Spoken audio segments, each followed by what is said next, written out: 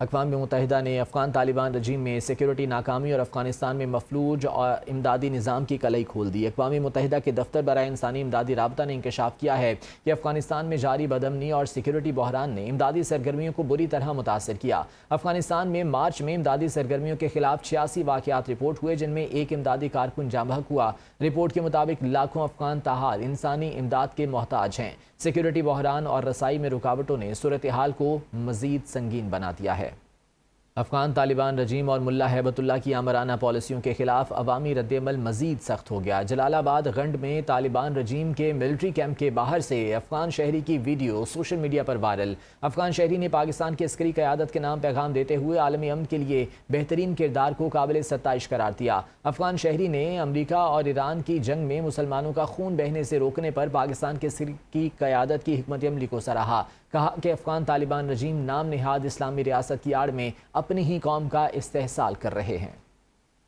ایرانی تجاویز پاکستانی ذرائع سے امریکہ کو ملی ہیں۔ ایران نے جو تجاویز امریکہ کے حوالے کی ان میں جنگ کا خاتمہ سر فہرست ہے۔ اس کے بعد ایران نے حملے دوبارہ نہ کرنے کی ضمانت مانگی ہے۔ ایران نے کہا کہ تیسرے قدم کے طور پر آبنائے ہرمز اس شرط پر کھولی جا سکتی ہے کہ امریکہ ایرانی سمندروں کی ناکہ بندی ختم کرے، اس کے بعد نیوکلیئر ایشو پر بات کی جائے، تاہم امریکہ پرامن مقاصد کے لیے یورینیم افزودگی کا ایرانی حق تسلیم کرے۔ فاکس نیوز سے گفتگو میں ٹرمپ نے کہا کہ ایران بات کرنا چاہے تو فون کر لے، امریکی ٹیلی فون لائنز بہت اچھی ہیں اور محفوظ ہیں، ایران کو پتہ ہے کہ ڈیل میں کیا ہونا چاہیے، ایٹمی ہتھیار نہ چھوڑے تو ایران سے مل بیٹھنے کا کوئی فائدہ نہیں۔ امریکی صدر ٹرمپ کی اپنی قومی سلامتی ٹیم سے ملاقات ہوئی ہے۔ ایران کی نئی امن تجاویز پر غور کیا گیا۔ ترجمان وائٹ ہاؤس کیرولائن لیوٹ نے پریس بریفنگ میں کہا کہ ایرانی تجاویز میں آبنائے ہرمز دوبارہ کھولنے کی پیشکش کی گئی ہے، لیکن صدر ٹرمپ کی ریڈ لائنز بالکل واضح ہیں۔ امریکہ کوئی ایسی ڈیل قبول نہیں کرے گا جس میں ایران کو ایٹمی ہتھیار بنانے کی اجازت ہو۔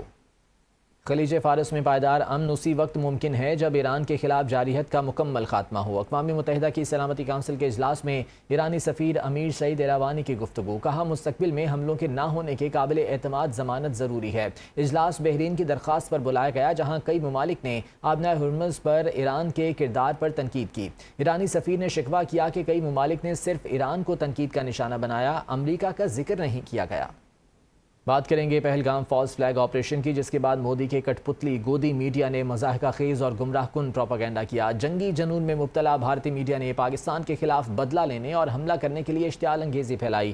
بھارتی میڈیا مودی کے مذموم سیاسی عزائم کے لیے مسلمان دشمنی کے زہر کو بھی معاشرے میں بھرتا رہا۔ بھارتی صحافیوں اور حکام کی میٹنگ کے اندرونی کہانیوں نے بھارتی سیکیورٹی کی ناکامی کی کلئی کھول دی۔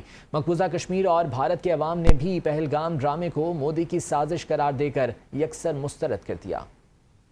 اقوام متحدہ نے افغان طالبان رجیم میں سیکیورٹی ناکامی اور افغانستان میں مفلوج اور امدادی نظام کی کلئی کھول دی۔ اقوام متحدہ کے دفتر برائے انسانی امدادی رابطہ نے انکشاف کیا ہے کہ افغانستان میں جاری بدامنی اور سیکیورٹی بحران نے امدادی سرگرمیوں کو بری طرح متاثر کیا۔ افغانستان میں مارچ میں امدادی سرگرمیوں کے خلاف 86 واقعات رپورٹ ہوئے، جن میں ایک امدادی کارکن جاں بحق ہوا۔ رپورٹ کے مطابق لاکھوں افغان تاحال انسانی امداد کے محتاج ہیں۔ سیکیورٹی بحران اور رسائی میں رکاوٹوں نے صورتحال کو مزید سنگین بنا دیا ہے۔